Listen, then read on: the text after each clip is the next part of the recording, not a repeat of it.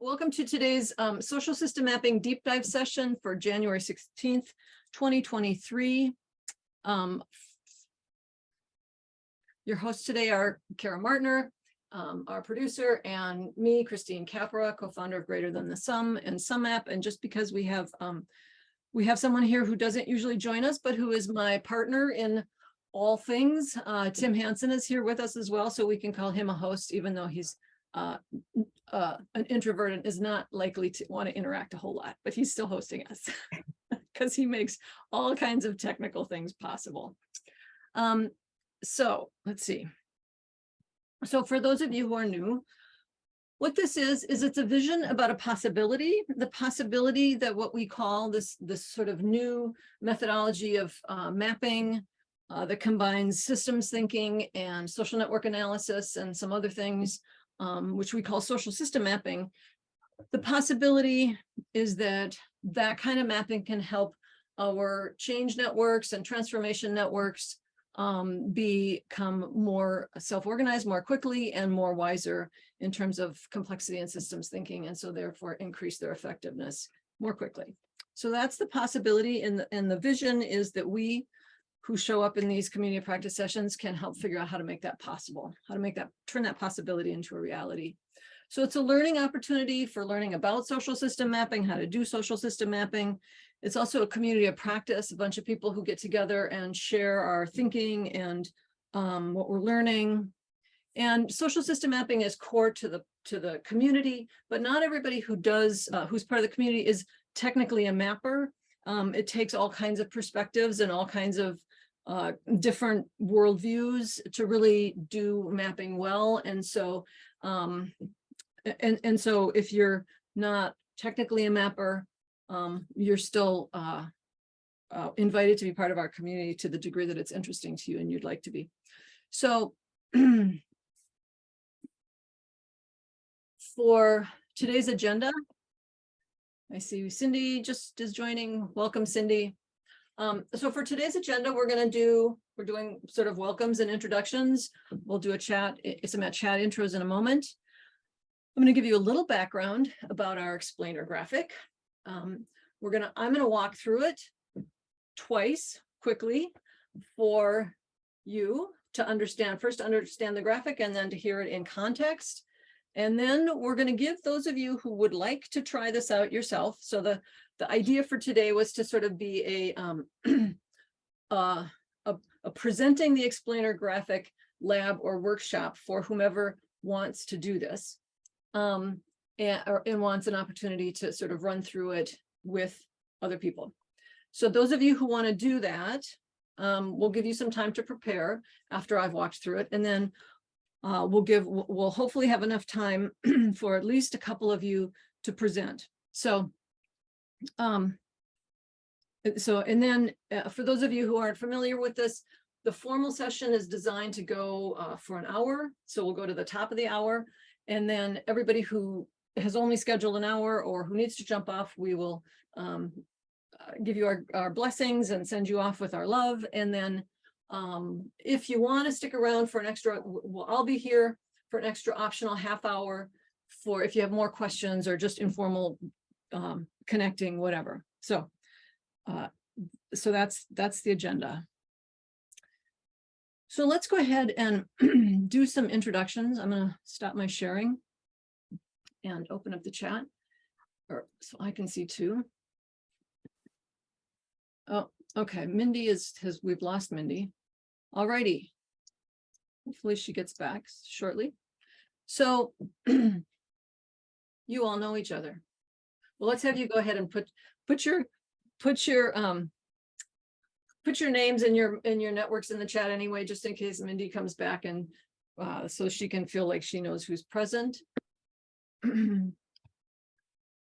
So name, pronoun, location, a network you're working in or with, and what brings you here today. And just so you know, I've had a number of requests from people that we share the recording. So a number of people wanted to make it but couldn't because it's a holiday, and so just to let you know that this will be watched by other people. Okay. I'm assuming people are welcome. Cindy, thanks for welcome, Brian.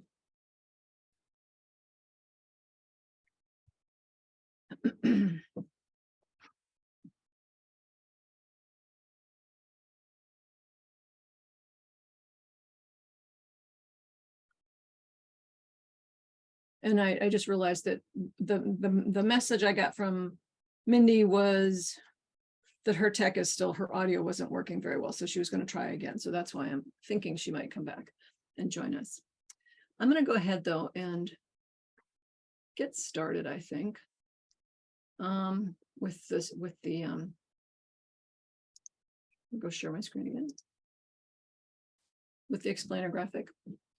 Cindy, I can't remember if you've seen this at all. And now I can't see you because I didn't see you if you made a gesture. No, this is new for me. Okay, great. So can you see my screen? Yeah. Okay. So I'm going to do a really quick, this is where we're going to land with our graphic. This is sort of like the ideal end state. This is a picture of that. But we're going to start at the beginning in just a moment, which looks like this. I'm going to walk us through this graphic twice. No. First, stop. I'm going to give some background. I looked up and saw Sarah smiling and I thought, oops. Okay, so I've been doing this work for nearly 10 years now in some form or another. We've been doing it with sumApp for, I think, 8 years. And what I've experienced is that there are always people who, in a client community that hires us, there's someone like this, or I see this within our community practice of people who, and I'm gonna stop sharing just for a moment, with people who want to do social system mapping, want to make a map with their community, something like that. There are those of us who have this sort of intuitive getting it, like we see it and we say, that's the answer. We know what to, we know we need that, and we want to implement that in a community.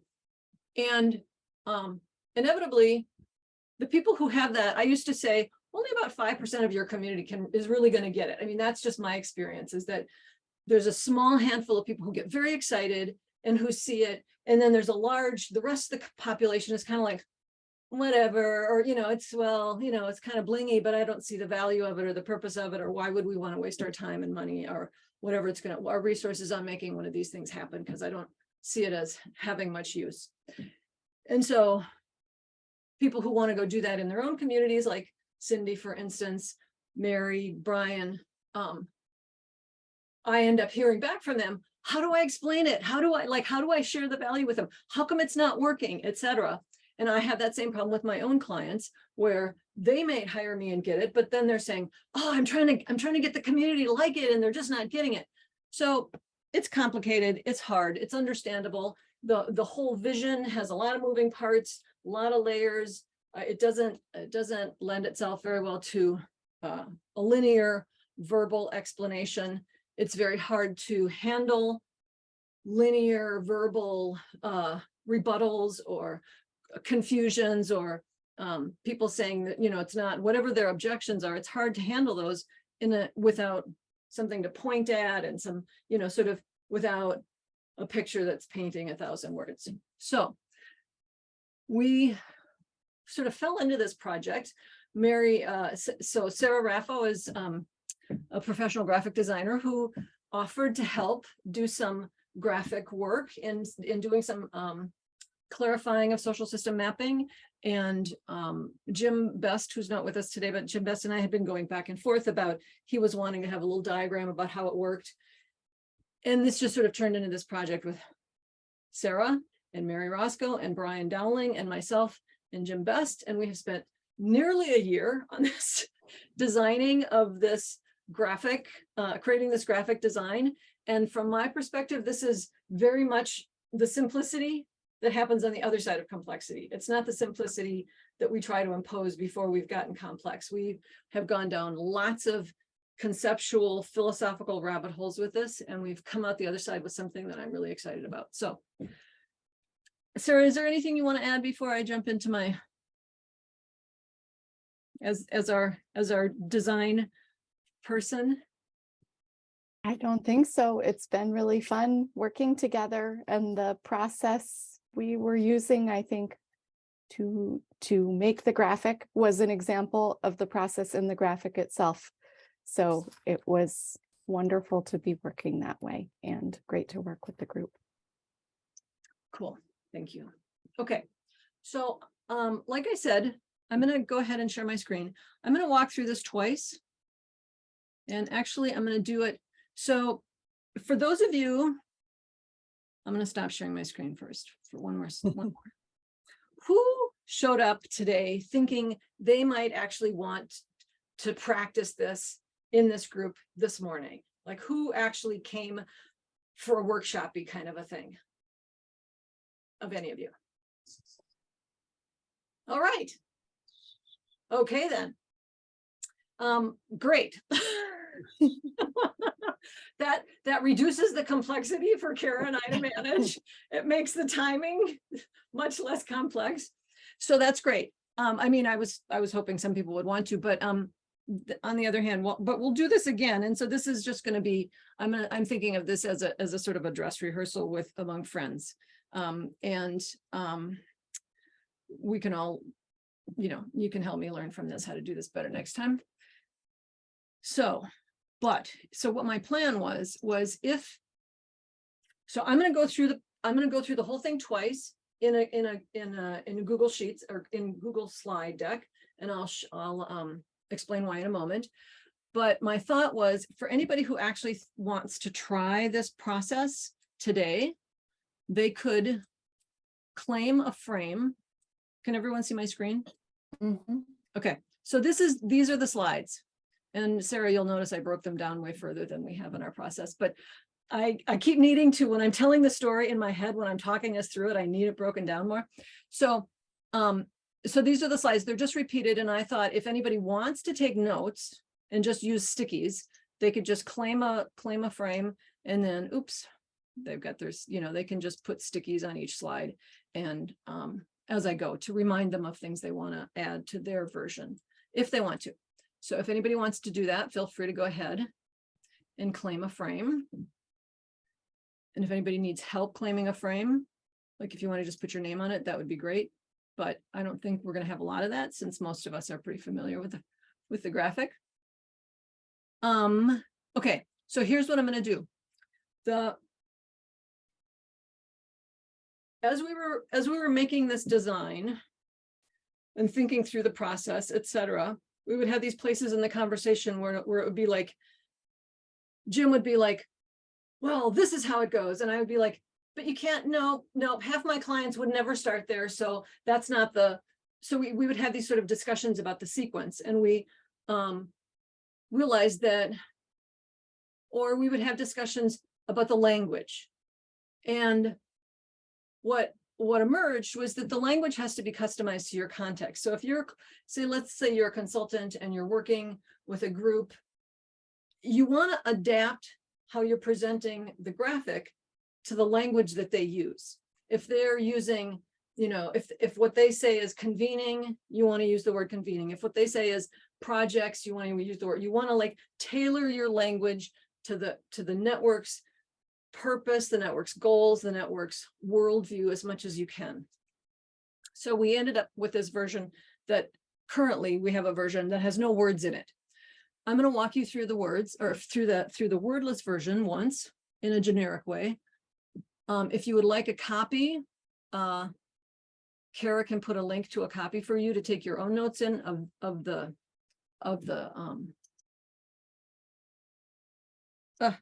slide deck. This version has sort of generic language below it. I'm going to whip through this pretty quickly.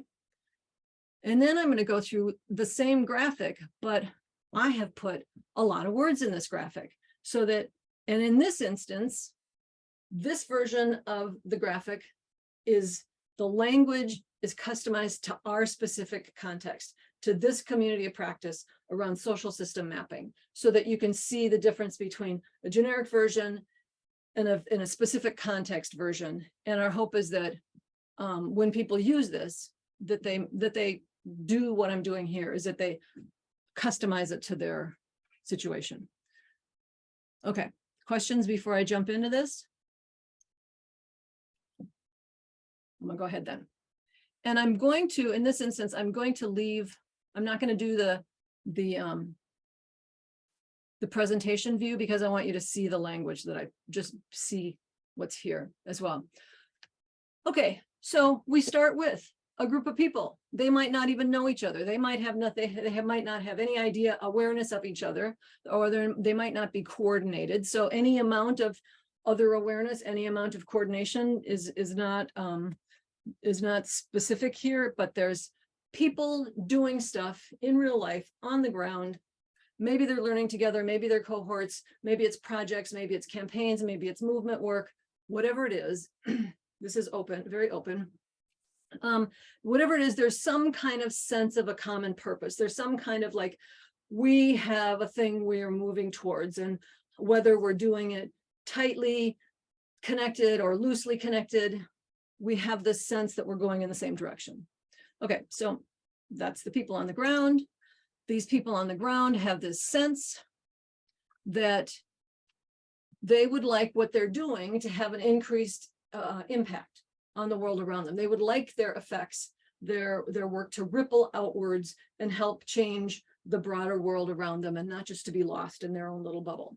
So there's an intention starting to emerge in this group for some kind of self-organizing, something along the lines of an intentional network, a movement, a community, a field of practice like we have in our situation. But there's an intention to take all of these efforts and combine them and weave them together in ways that make them more effective. Out of that intention, some kind of subset gathers to help manifest this, amplification of effort. Those might be, it might be one person. Sometimes it's just one person. Sometimes it's a small group of people. Sometimes it's a funder with some staff who want to do this. But this will be people that we'll call, for lack of a better term, stewards or hosts or core. This is not necessarily a separate executive group. It's people from down here who take on some extra work and some extra intention to make this thing that they have in their minds a reality. Now, just to point out here, this is where we're going to get to this little purple swaths.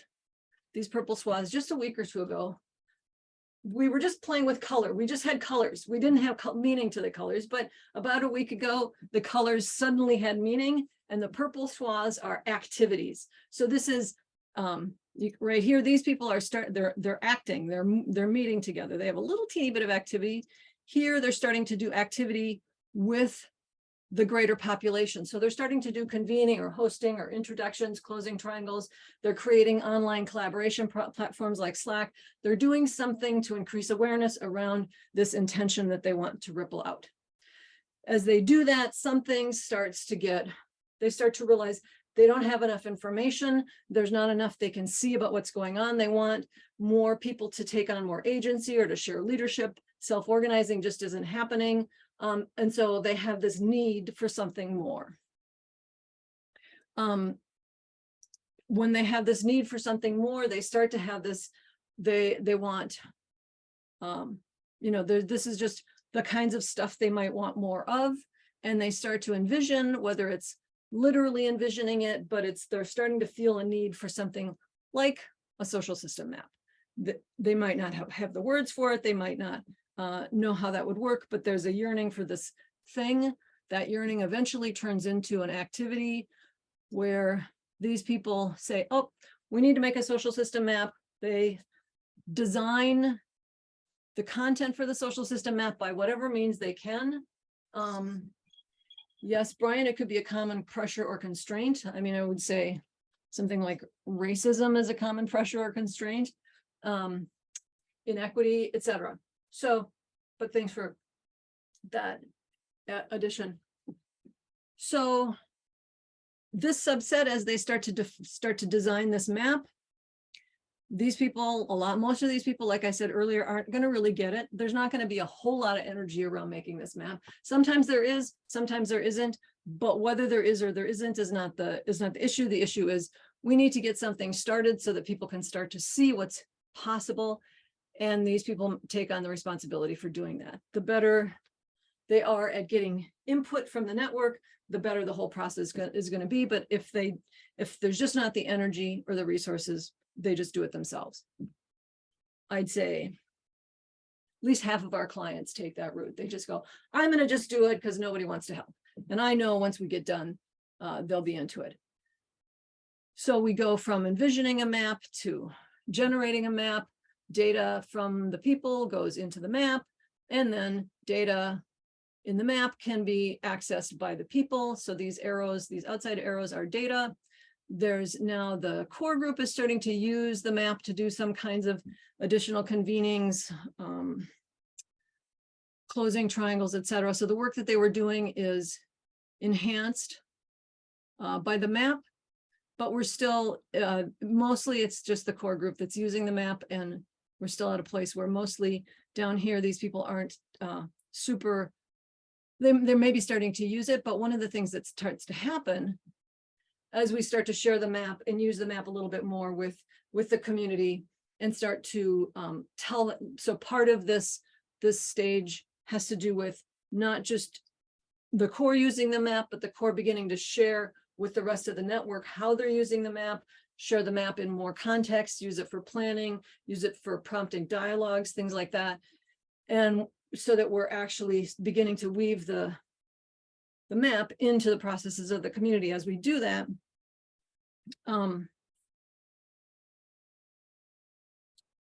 we're going to start to see gaps in the map. We're going to start to think, people are going to say, why didn't you ask this question? Or it would be really helpful if I could see that. Or, you know, this doesn't reflect my reality, and how we could change it to reflect my reality would be that way. So we start to get feedback and input. We start to go back to the map, go back to sumApp, change the questions, add new questions, tweak the language. So as we do this, integrating the map into the network process, the data itself starts to become more integrated as well. So the content starts to be more integrated into the workings of the activities of the network. And a comment right here, what we could be doing is we could be just this, this is a point where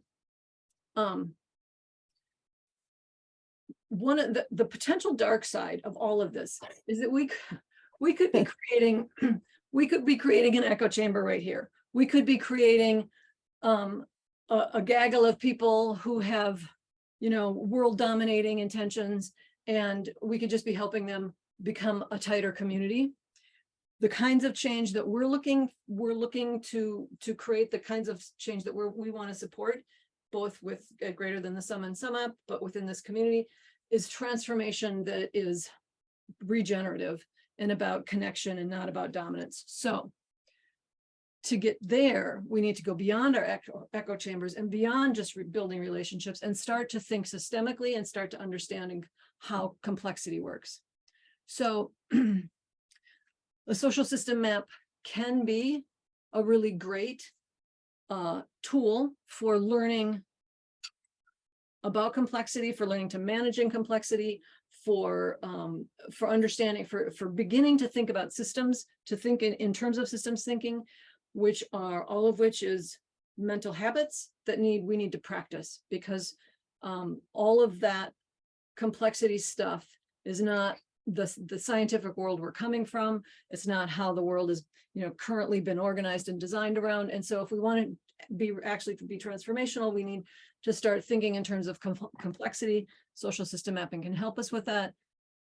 And so this orange is actually complexity thinking, or systemic thinking. And so as we start to, we're playing with our map and we're integrating it in, we're using it more. At some point, we need to start using it, not just for helping to weave, to introduce people to each other, helping them understand how they can get value out of it, but to start using it to understand at that bigger level how to manage in complexity. So starting to use the map for that is this orange.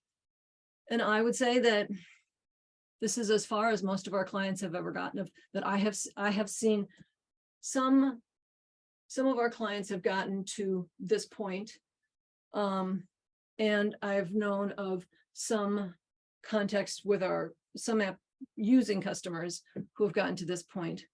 But then, so from here forward, this is our hypothesis, is that we do this work, we do more of it, we bring in complexity thinking more and more, we do more convening and more weaving, more self-organizing, it's sort of more creating conditions. These our activities and our systems thinking become more and more part of each other. They're more and more just the language that we use, the way we approach things, just part of the norms of our culture. And as we're doing that, we're also iterating the map. We're discovering more and more ways that the map can be useful. We're continuing to tweak the map so the map is getting, the data in the map is getting more and more integrated into this process of weaving everything together, our activities, our thinking, etc. As this is happening, the map is getting bigger. More people are starting to join and starting to self-organize. And by join, I mean, more people are starting to take responsibility to help move the community forward, help develop things. So we've got more people in this middle that are taking action and responsibility, as well as we have a continued growth of the people down here. And then eventually the data and the process and everything is just woven together. So it's all aligned and it's all integrated. And then what we have is a system that sees itself, or we have, this is sort of like the holy grail of self-organizing and change making at the network scale.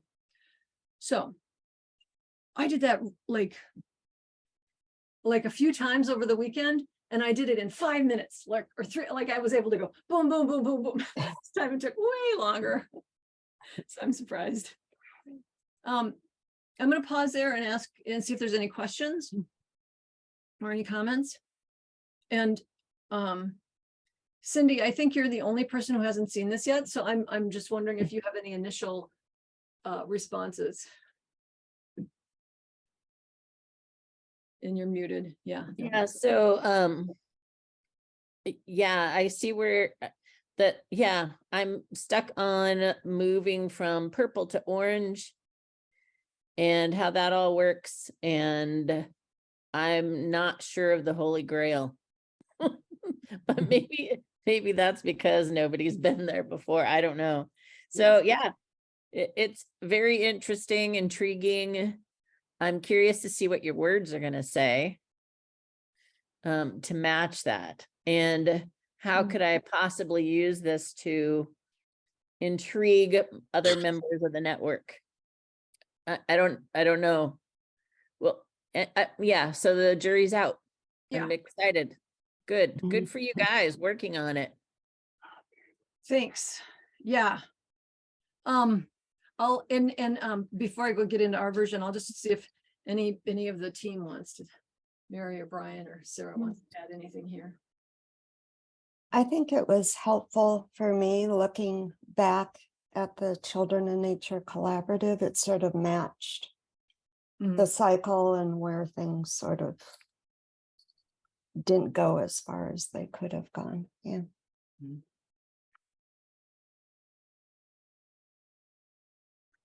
Brian, are you have anything to add? No. Okay. Okay. What does Tim think? Tim, he may not want to. No, I thought it was very, enlightening. I thought it was very, I didn't know what to expect given how long it took. I was like, man, what are you guys doing? But I can see it really came together. I thought it was very instructive and very helpful and made the conversation much easier and clear and easy to express. Yeah, I liked it a lot. I thought it was very effective. cool. Okay, so Cindy, in your comment, one of the things that made me happy was you were able to say now, I don't think we're to the orange, which like just having that kind of visual representation of something that's a huge process, because historically people would say to me, it's not working, or what's and I would be like, I don't know, like, what are you talking about? And then it takes us a half an hour of them saying things and then me asking, clarifying. Finally, I can say, okay, I see, I think they're talking about X, and then, but it takes forever just to get to that point, right? And having this graphic, you can now even like say, oh, we're doing lots of purple, but we're not doing any orange. And then you can say, how do we do the orange? And then I can say, yeah, that's the big question. That's what we're trying to figure out. So that just seeing that response from you made me say, yeah, we can, I think this is helpful in that way, just even getting us on the same page of where are we even in this discussion, which we couldn't do before because everything is so moving so much. So I want to say one last thing. Mhm. I also thought it brought in just a touch of mythos. I thought the image was kind of mythical. And I appreciated that a great deal, to take it just wholly out of like a scientific process or it just, yeah, I thought that added a lot. I would say we each had our, like, yes, that was intentional by all of us in a very rigorous way. It was, so I'm glad that it's there to someone who wasn't part of hasn't drunk the Kool-Aid yet. Okay, I'm going to go to the version with us. And this, okay. And just for, I know most of you know this, but we are very much figuring this out, as this is definitely, a bridge we're building as we're crossing it. This is far more, intuition and direction and combining theoretical concepts from systems thinking and complexity thinking, as well as from movement thinking and network weaving, et cetera, and putting them together. And so it seems like all of this ought to be possible. And we are definitely still on the leading edge of that, the bleeding edge of that, and figuring it out as we go. So this is for our community of practice. Those of us who have showed up, those of us who are watching this video later, those of us who show up to any kind of sessions. The people on the ground in our context are change makers, network weavers, community leaders, funders who are seeking to create a greater impact. All of the people who show up have some other network, not this network, that they're trying to help become more impactful in one way or another. Maybe they're just curious when they're showing up, or maybe they're seriously deep in this and they want to take it further, but that's who's here on the ground. The impact they want to have is they want the networks that they're working with or that they're supporting or they're generating to have, they want them to have more impact. They don't necessarily really care about our impact. They just want their own network to be impactful and to be more self-organizing and to be wiser. So they certainly want that to ripple out. There's a subset of us who have been working on this. Kara and Tim and I have been working on it for a very long time, and our developer making the tool set. But also Mary has been around for a very long time, and Brian is now, and Jim has been around for a very long time. So there's a small handful of people who have been trying to think about this and host the overall process. These are people who can see who have a sense of this potential, and who kind of, now I'm not saying that the Holy Grail is there, and it's really a Holy Grail in a very specific context. It's not like the Holy Grail for the whole universe. I'm not claiming that, but this is a group of people who has a sense of the potential of social system mapping, who are working up here. The things in this purple thing are, we have our Monday sessions, like today is one of them. We have a handful of teams. We have a mapping team. We have a team called Defining the Systems. We have the graphics team. We have the integrity keepers, and all of these. In the last year, we've gone from pretty much me holding all of this interaction with the community to now having some other people who are starting to help with that, both public facing, but also internally, in developing what the internal knowledge and experience and learning and experiments just within the small groups that are necessary to begin to ripple it out. So that's all of this is how I applied this to our context here. Oops. What this subset in the middle wants is, again, more, we want to see who has experience in adjacent fields. That would be very helpful for us. What external networks people belong to, so we can see where they're working and what they're trying to impact. We want to know what skills and experience that's related to mapping or related to social change or related to transformation. All of those skills and experiences we want to be able to see in a map. We want to see what roles people play out in the world in their own networks, how, what they're willing to share and contribute with this network, where they are. All of those are things that we wanted to see that would be useful for in our context to have in a map. I built this map 2.5 years ago, our community practice social system map. It was one of those situations where it didn't seem useful. We didn't have the energy for me to bring in a bunch of people and have a big collective process to brainstorm the content of the map. I just sat down and, using lots of experience with clients, using lots of time in the community, hearing the kinds of questions people ask, I just made a map and made the content. But once I got through with that, I started to feel like, okay, well, that isn't the ideal way to do it. So I'm not going to make executive decisions anymore. And so it sat there for a while. So how we get the data into the map is people who show up to these sessions, we invite them to be in the map. We send out repeated emails. The Monday sessions are, again, the activities, introducing social system mapping, sharing maps, learning about how to make maps. And then what people get from that map mostly is an example of what a map looks like, an example of how to set a map up, an example of how to create the views, how to navigate, how to, etc. So it's fairly,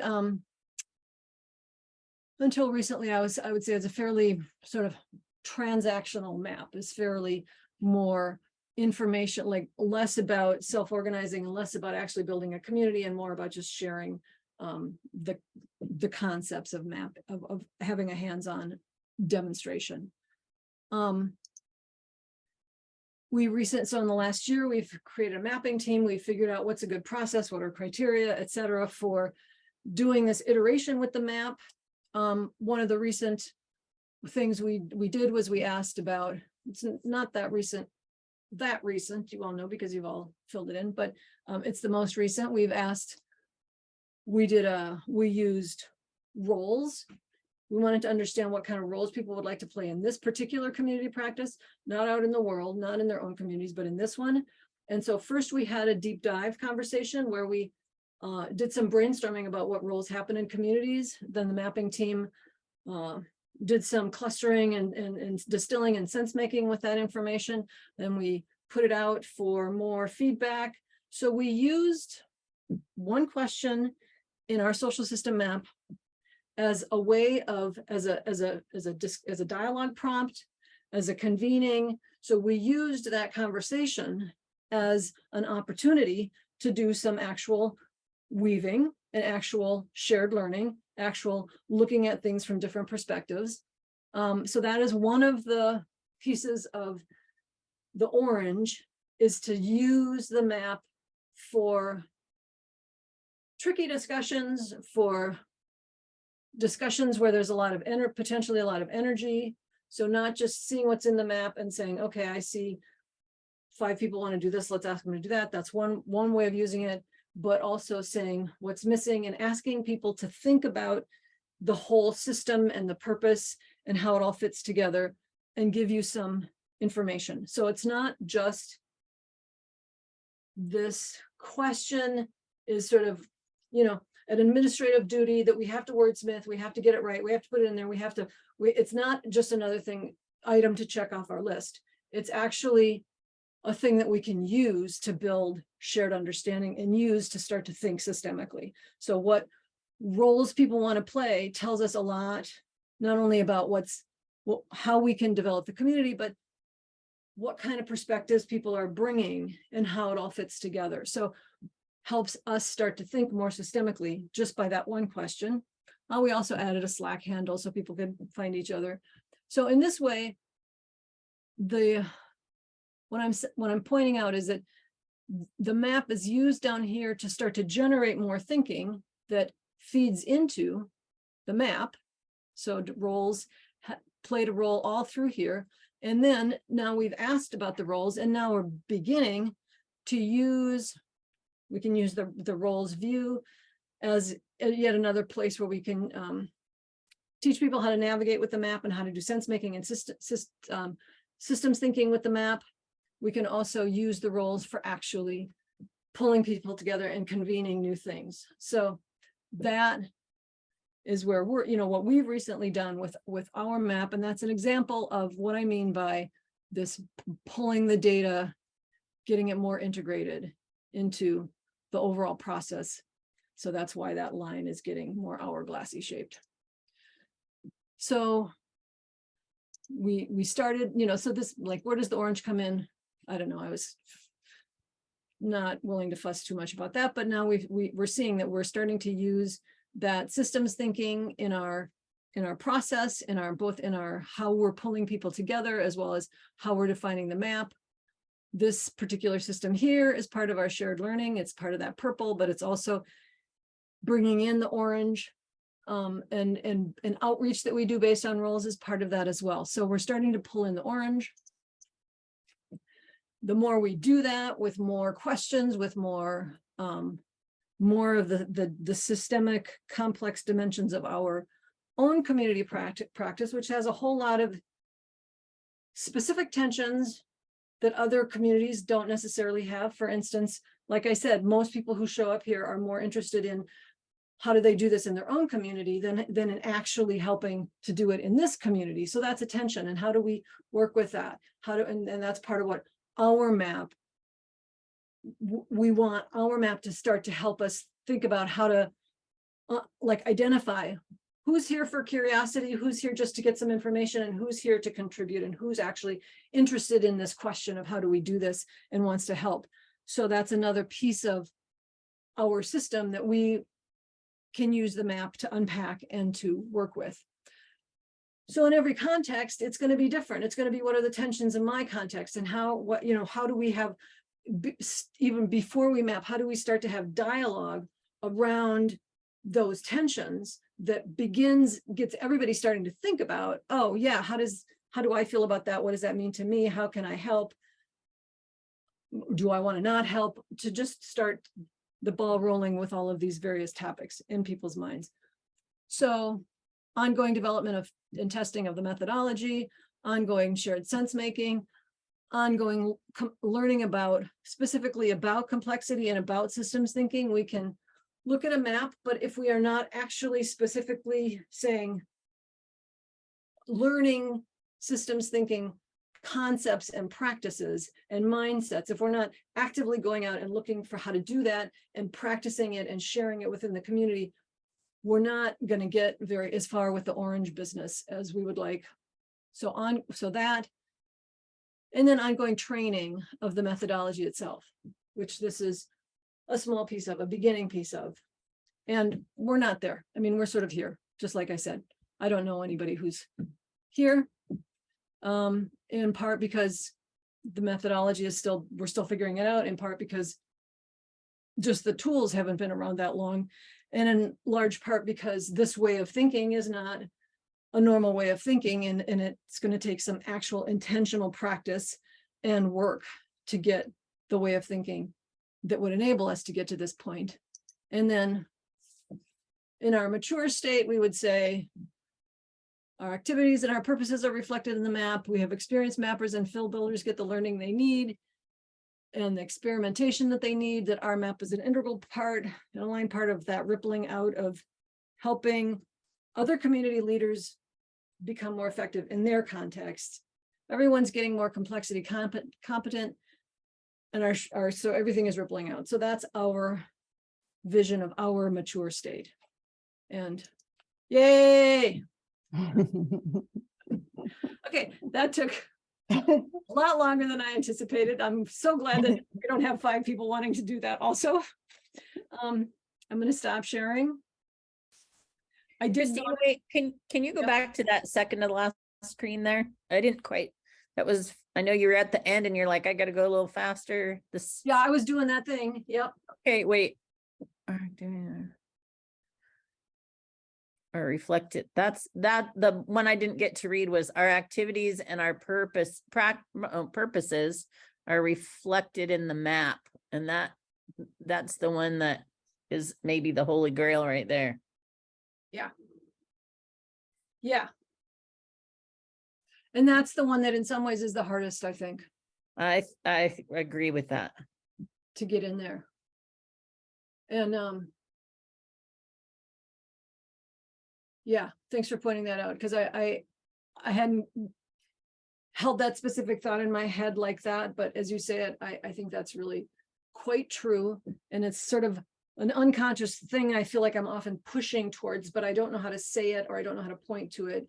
Well, Yeah. and I'm not sure how to find the questions that change enough to point to the activities, because the activities are moving faster than the map. Yeah. Well, we could use dual elements and have teams.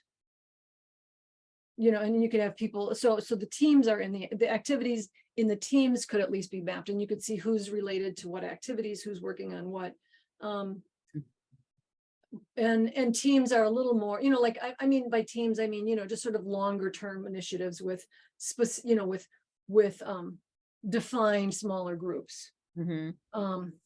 At the higher, at the broader and looser level and more temporal level, yeah, that's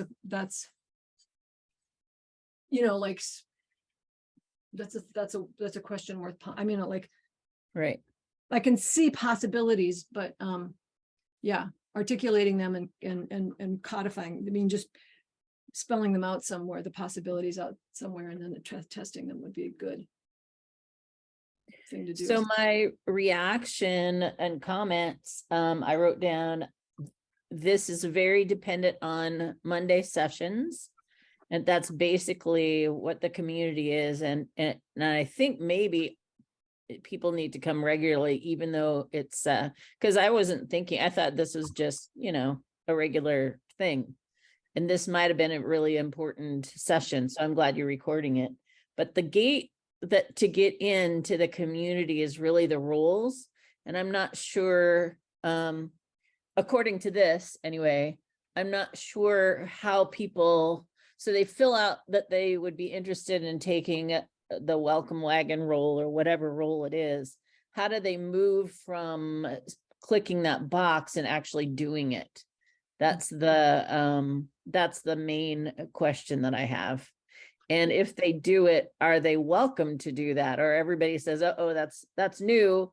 That's a little scary. Maybe we don't want that to happen yet. Yeah.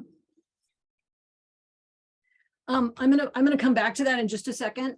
I just Okay. want to make a point about this whole, about my experience this weekend and working with this as I was, and what you're saying, Cindy, is sort of proves what I want to say first. So that's why I'm going to come back to what you're saying, not because I'm setting it aside, because I'm building towards it. But as I was working with this, you know, the whatever days I was working on it, I don't remember, but as I was, it's like, okay, this is very generic. I should use our community practice as an example. I should actually do it. And so I actually did it. And as I was going through it, I was like, oh, this is so helpful. It's not only explaining the vision, it's also explaining our community. Like, there's all kinds of assumptions people make when they show up to these Monday sessions. There's all kinds of things that they think may or may not be going on, or just conclusions they come to that because they can't see where we are in our process, they can't see how we're implementing these steps.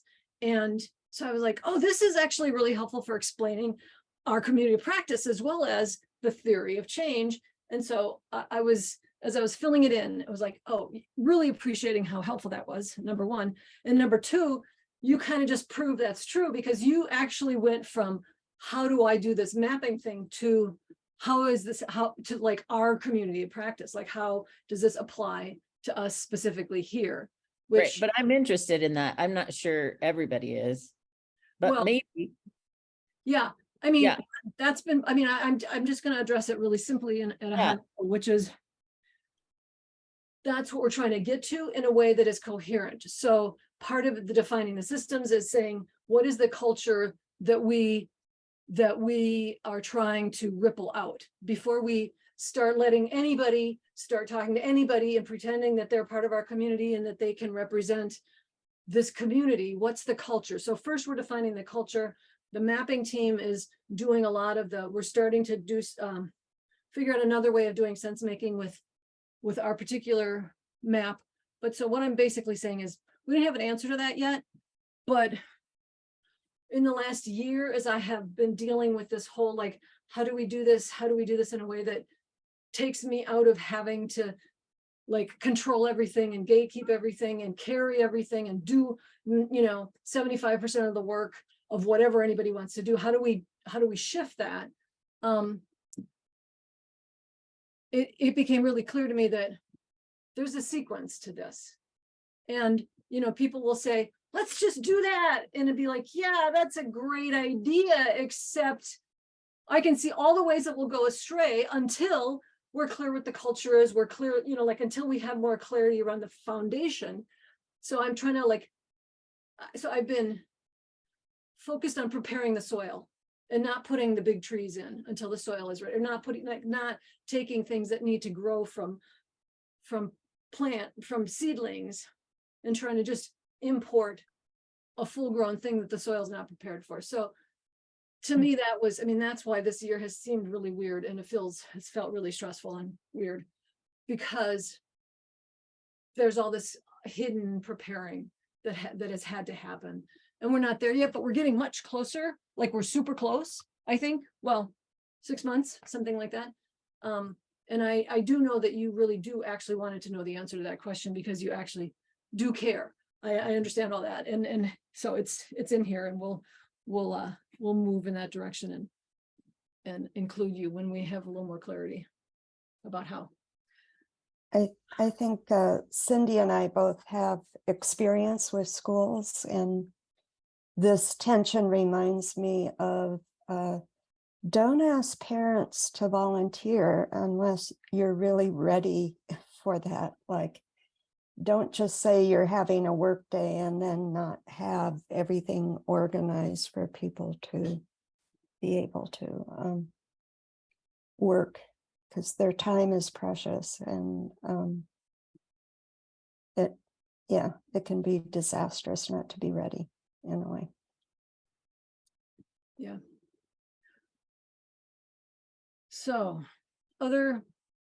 who's jumping off at the top of the hour? Tim is.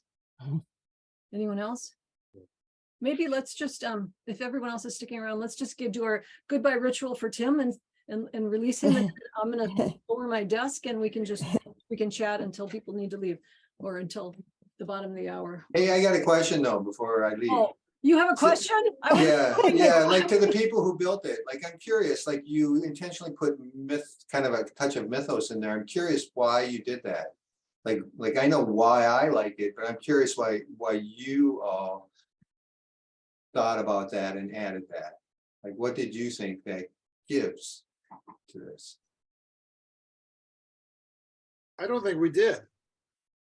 I mean, I don't think we've intentionally put the missiles in. I think what happened was we kept on coming up with concepts, and we would find ways of explaining it. And that it just, when they all added it up together, they kind of like had a certain level. I mean, coming up with the idea of dragonflies or coming up with the idea with vortexes, it's just what the image was suggesting to us. It was like a Rorschach test. I think it's a level of the diagram that we started with, that Christine and Jim created, was very specific. So in terms of mythos, it allows us to enter into it because it means something different to each one of us, yet has a coherence that's instructive. And we did hide the dragons.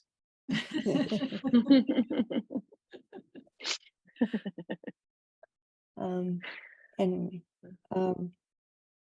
so finding the right,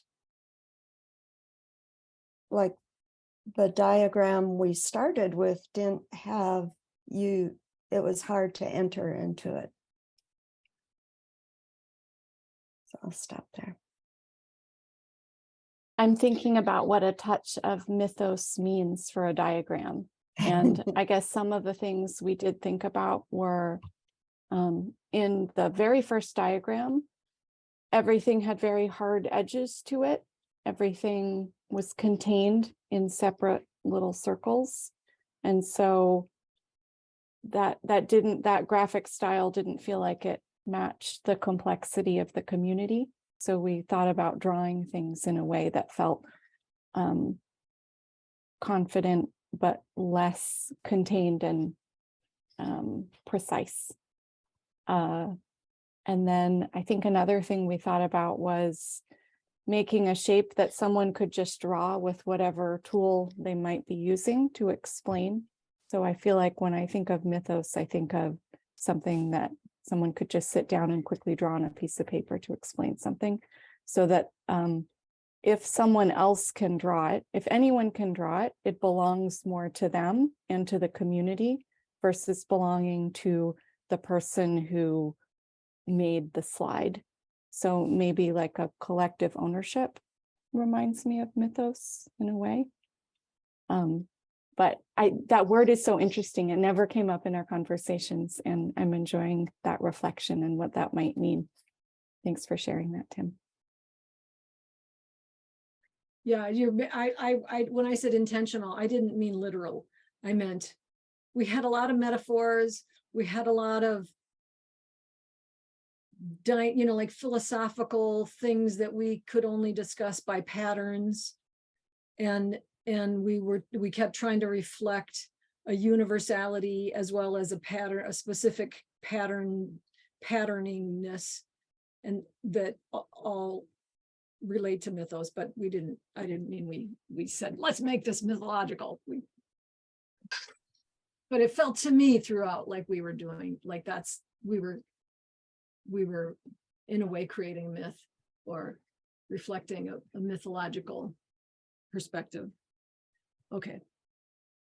Part of it also was moving from something static to movement, which was really important to us. Yeah. I'd like to say what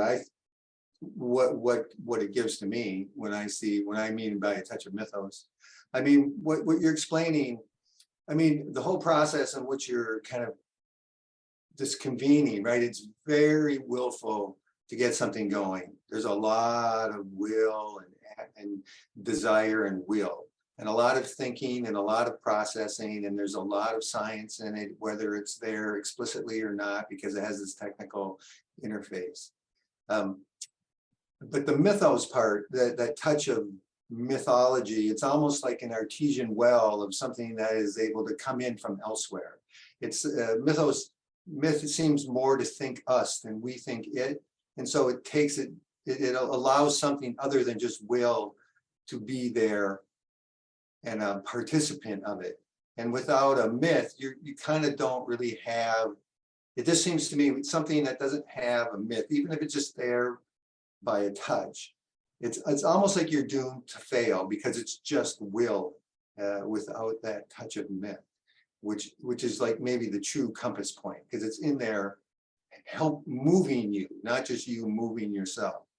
And it brings that into it. It really opens up something that I always hoped would be there at some point. And so to me, that's like something that's finally there that I can recognize and participate with in a way that's just not exhausting and maybe tedious even. Yeah. Thank you. Yay.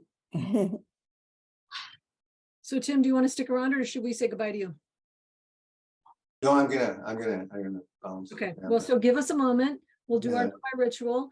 Well, first, it's nice to see everybody who was in that group because I've never seen Sarah before. So, yes. Yeah. Yeah, so I don't know if you, Sarah, our goodbye ritual is we all unmute. I count down 3, 2, 1, and then we all give the leaving people our blessings for the day and just wish them well. And so it's just him leaving, I think, but whoever else needs to leave right now can pop off as well. But let's do the goodbye just for Tim since he showed up today. So 3, 2, 1. Love you. Thank you so much. Bye. Have a Blessings. beautiful day. Bye. Mythos. Hi. Joining us. It was fun having you.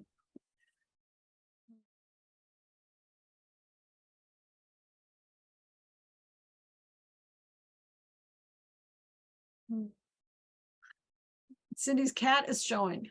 I know, and I don't want to take all of the attention away from everything, but I must see that kitty. Okay. Yeah, I was like, that is Oh. such an interesting Oh, coat. Yes. I don't think I've ever seen a cat's coat like that. Well, good thing because she's hunted by all sorts of coyotes and, Oh, she blends in really well. But Yeah. she's my mouser. If I didn't Yeah. have her, I'd lose all my broccoli and cauliflower. But Kurt's gone, and so she's feeling like she's lonely, so she has to sit on my shoulders. Poor baby. I Who have has a shoulder cats? cat too. Yeah. Who all has cats? Well, I don't, but my kid does. No cats? 1, 2. Carrie, you have a cat? Yeah, 3. Okay. I babysit cats. yeah, we both have grand cats. Yeah.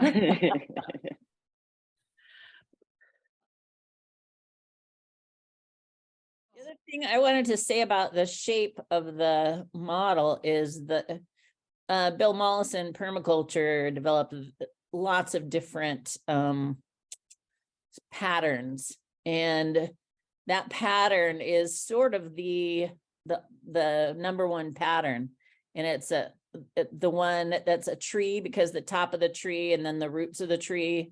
So the middle is really the beginning on his, or not necessarily, because it's also the hourglass one where you squeeze through, kind of like humanity is squeezing through right now to a different,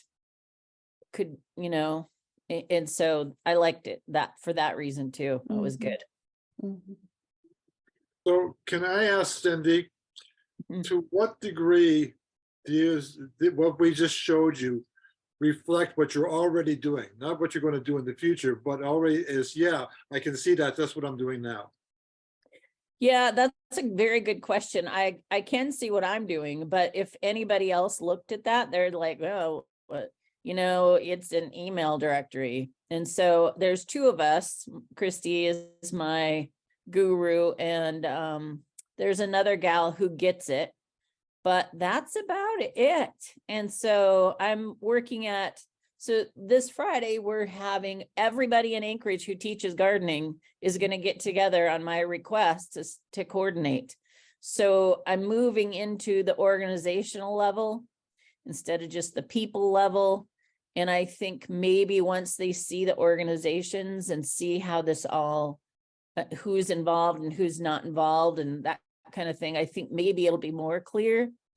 But their question right now is, that's $350 a year. Could we do this by something cheaper, And I think for me, the answer is no, because I don't want to put in everybody's information all the time. They're putting their own in. But that's the real question. I have to make it valuable pretty soon, or it's not going to be worth the money to get the grants or whatever to fund it. So as I understand it, you have a fairly extensive social system map yourself. And you're one of the ones that are part of, your map is part of this bigger map. So, Well, Acre Gardens has their own, and just last year we got a grant for the Alaska Food Security System to do a large statewide one, but that's kind of stuck because there's no more grant money.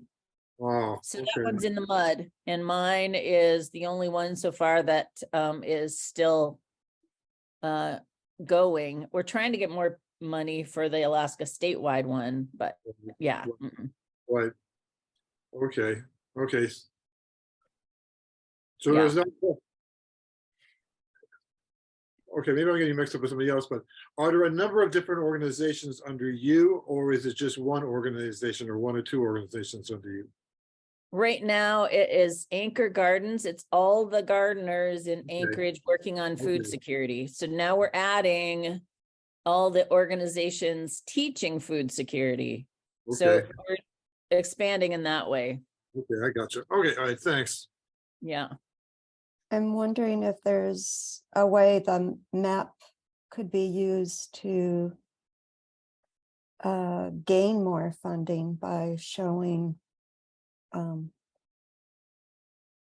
Yeah, what Uh, you're, the exactly. direction you're going and what you, how you started. Yeah, then I need to wear more hats. Which is- I can't do that part. I have Yeah. to convince somebody else to do that. You're right. Yeah, Yeah. Yeah.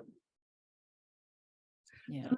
I'm wondering how this explainer graphic could be used as the graphic itself as a dialogue prompt. So let's say we walk through the generic version, and then we, with a specific group, say, how do we, what would this, what is this purple here at this phase? What are the actual things we are doing, and what could we additionally be doing? Or how are we actually, incorporating complexity thinking into our work, like, so that we could potentially just use it as a very loose, but more to help us begin to generate ideas around what needs to be different, like how, like what you just said about the roles in the welcome thing. That's like a specific thing. If we walk through this and said, well, for those of you who are been around for a long time and those of you who are brand new, what questions do you have about this?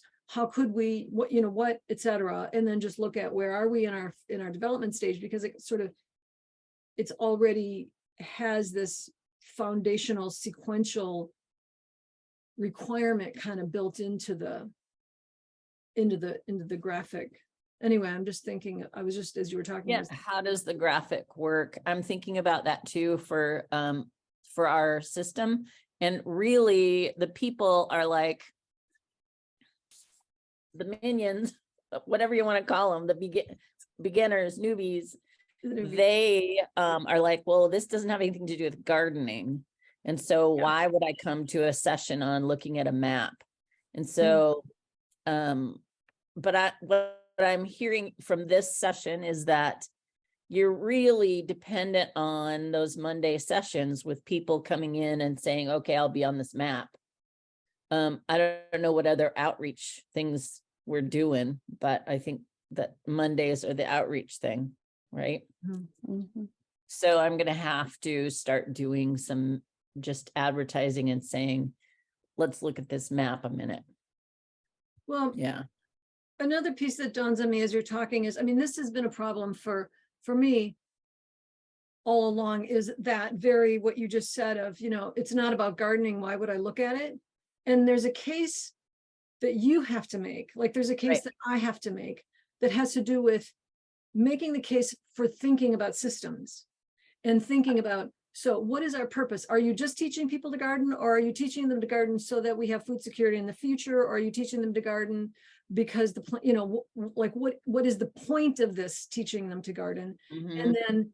And then how does, once you get to that, then how does the system work? Mhm.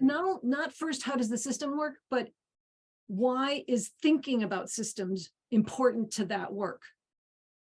Let me write that down. Because like I've approached it for years as, well, you can learn about systems. This will help you think about systems. It will help you understand your own system. And nobody knows why that matters. Like, they're like, so what? I just want to plant some stuff. I want to prepare the soil. I want to do the gardening. I don't want to think about complexity. I don't want to think about systems. I want to go, defund the police. I don't want to have to think about complexity. But it's like, you have to learn how to make the case for why, if you care about defund the police, why complexity is key to you accomplishing what it is you want to do. So if you're trying to Right. garden for, ending food insecurity, you have to understand complex systems in order to do that. You're not going to get very far if all you do is garden, if you don't actually think from different perspectives and think in complexity and begin to integrate those mindsets and those beliefs. And you have to make that case, because nobody's buying it if you don't make the case really hard, really frequent, really clear, Right. over and over. And you may I have agree with that, yeah. but I live in a red state. Yeah. Well, you don't have to say, I'm just saying, whatever it is, I think you can, I know. yeah, I just, whether it's whatever your context, if Yeah. complexity and getting better in complexity really doesn't matter. Like if it really doesn't matter, then maybe you don't need a social system map. And if you Right. have a social system map, there's an implication that complexity does matter. And Right. it's your job. It to is my figure job. out Yeah. that connection and to articulate that connection. And that's Mhm. that's part of the foundational work. Right. If you're not doing that, this is going to fail.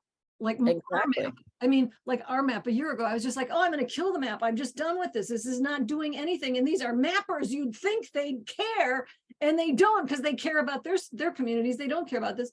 And Mhm. that's part of The what change, but the change was putting the roles in. What was the change? Well, the change the change was just, I asked a few people to help me update some questions, because I didn't think I should be doing that. I thought we should do that collectively.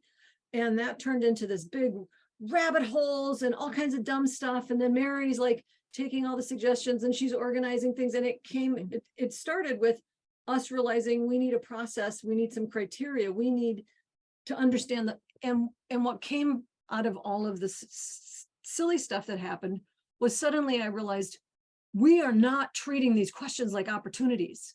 The key is treating the questions in the map, whether they exist or don't exist, whether they should be there or shouldn't be there, treating those questions as opportunities for increased understanding and increased systems thinking in the community. And if we don't treat the questions like opportunities and we treat them like administrative tasks to be checked off, it's never going to work. It's pointless. Like, You tell them, sister. I feel like saying, hey, I praise the Lord. so that's the key. And that piece, you take one, like we took, so after we sort of went around and around, there's one, like, like that you could use in that way. It's dialogue worthy. It gives us more insight into the system. We could actually, it would be actionable. And we did the whole cycle of, do conversation, make the change, make the argument for Right. putting in your data. So there's a whole cycle around every question that you can do. And we've done that with one. And so big, hairy deal. It was a lot of effort to get that one question in there, but that's the key thing that we have to start doing. And it's a mindset. I mean, Mary's the sort of the one who sort of helped me by reflecting back, like the key to systems thinking is in the question, is using the question as an opportunity. So if you're not using the question in the survey where you're gathering data and you're going to keep that question around and you're going to use it, if you're not using that as an opportunity, then when are you using questions as opportunities? We have to start thinking in terms of questions and inquiry and the opportunity that presents for Right. shared understanding. And so that's a mindset shift. Oh my God, somebody put a quarter in her. Push the go button and okay. Cindy, I think it's also aligning your social and organizational processes with nature. And it sounds like you have a good key Right. into that. So I think you can develop that. Imagine there's something really solid about doing that. Yeah. I mean, for me working with the Children in Nature movement, how can we be working in that movement and then not focusing on our connections with each other and mapping that out? Yeah. And I think even in our process, I know Brian, and Christine, we've touched on permaculture. We've gone there, just dipped our toes, but I know you could sort of Yeah. jump into that. And maybe that would be a grant opportunity as well, if you articulated that. Yeah, maybe after this, we're doing a giant composting grant right now. We're gonna get a landfill composter and backyard composters and, oh my Lord. But yeah. Kara, you reading jokes? You're smiling. I just love your little quips to the oh my lords and the in the morning. And I'm tired. It's early. What time is it where you are? 8:17, but Kurt's been gone this week. He's up in the Arctic doing work anyway. So I've been switching my days around to staying up till midnight doing projects and then getting up at 9. When the sun comes up and it starts getting light about 9:30. I saw the sun Wow. for the first time this week. Yay! So nice. Anyway. The other thing I was thinking is, after my little rant a moment ago was, in listening to Barry, was just Brian has brought our attention to the process, to abductive reasoning or abductive process, which is seeing patterns over here and making, well, I'm not going to, but part of what we have to do with our thinking the way we think, and we can use the map for this, and we can use, and this needs to be sort of part of our overall change practice, is, as Mary was just saying, we hold up permaculture sometimes. So we say, what do we know from permaculture, and how can that inform our mapping practice? But also complexity thinking, or all the different frameworks, all the different ways of looking at change and looking at systems and looking at regeneration. There's lots of frameworks out there, and if you look at them, you see there's common patterns, or there's themes, underlying themes that fit in lots of them. And if we look at our own process and practice from the angle of this one, or then from the angle of that one, or then from the angle of that one, what does that tell us that we could be doing different? What do we learn from that? So that's, to me, part of sense making, is holding our practice side by side with other relevant practices, so that we can find new approaches and new ways of doing this orange bit and the purple bit, and weaving them together. Good. And finding the right questions that match the right thing. And that takes solitude. Or I mean, I think it takes a range of contexts, because I find the right questions a lot with other people. Like when other people, when I stop talking long enough to let other people say stuff, then I have light bulbs go on. A lot. Yeah. Christine, where's that graphic of the tree? I've been looking for it, and I know I asked you for it once, but Do you want? I don't know if that's relevant here or not. If it isn't, we can send it. I'd like to see it, a graphic of a tree. Yeah, give me a moment. I can find it pretty quickly, I think. I hope. I can't remember what article it was part of. That I can't remember off the top of my head. Okay. Give me a second to find it, and it might be in the link. It was in Miro somewhere. Yeah, it's in, it's either in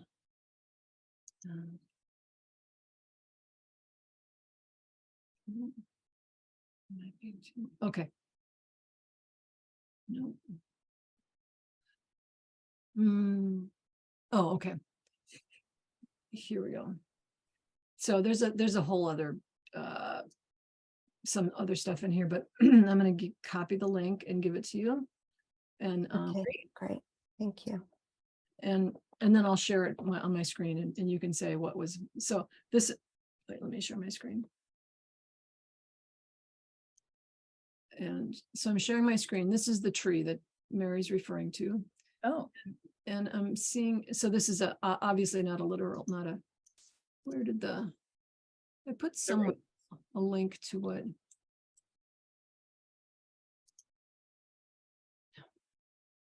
This was, I don't know where it came from, Mary. That's okay. I'll figure it out. I think you had the original. Yeah. But, so this is like a variation on the iceberg model. Yeah, but we liked it better because the iceberg doesn't have doesn't have connections. Yeah. And it looks more natural. Well, icebergs are natural, but you know what I mean. But we were trying to figure out how to use this as a prompt for generating for frameworks that, you know, or for thinking at the questions in our survey, like for doing sense making, for defining new questions or examining what we have, what we're able to see, what we would like to see. We haven't done that. We sort of had an idea and didn't go anyway, but I think we'll get back to doing this. And so if this looks like interesting to you, we can invite you when we get to this point, because I've been planning on having a conversation with some people about doing some side-by-siding with this thing. yeah, that looks really good. So It's interesting to me because this could either be fungal or bacterial. So a tree would be more fungal, and a bean, for instance, would be more bacterial, and you have different connections with the different microorganisms to connect underneath. Anyway, that would be good. that's an interesting, just to explore the different Mm-hmm. the organic connection processes and the differences, the different ones, and how they Mm-hmm. might relate. Yeah, thanks for bringing that up, Mary. That was helpful. Stopping sharing. Sarah, did you?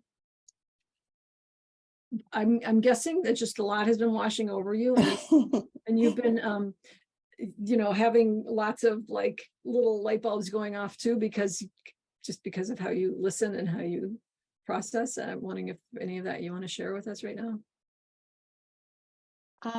Sure. I think I've been taking some like design notes, like I usually do, things to think about in our next version of the graphic or next adjustments to make. It's especially interesting to see it presented on screen and think about how that's different than us poking around at it in Figma, which is a collaboration tool. But what's more exciting to me right now is just because we've been so focused on the graphic, I haven't been hearing many conversations about mapping. And I think this is reigniting some of my interest in creating a map again with my class. And then now that I understand more through the graphic and our conversations about how to develop that map, because my first version I did with a previous class was, I guess, a directory view kind of. It was just connections and people.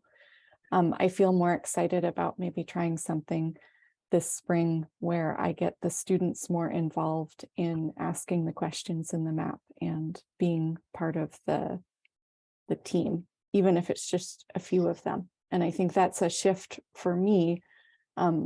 Maybe even like 6 months ago, I thought that what I needed to do was to ask more questions. And now I think I understand I need to get more students, even if it's a few of them, involved in thinking about what can happen. And so it's exciting to feel that change. Yeah. Well, thank you. This was great. Cindy, I appreciate your showing up and your good questions and Well, observations. you know what? I just set my alarm and I was like, I'm going to come because I said I would do it this month and I didn't know you were doing, you know, really. I'm like, so I was important today. I'm glad I did. Yes, Good. Yeah. it was great. All right. All right. Okay. Okay, Thank you. okay. You will. Bye-bye. Bye. Bye.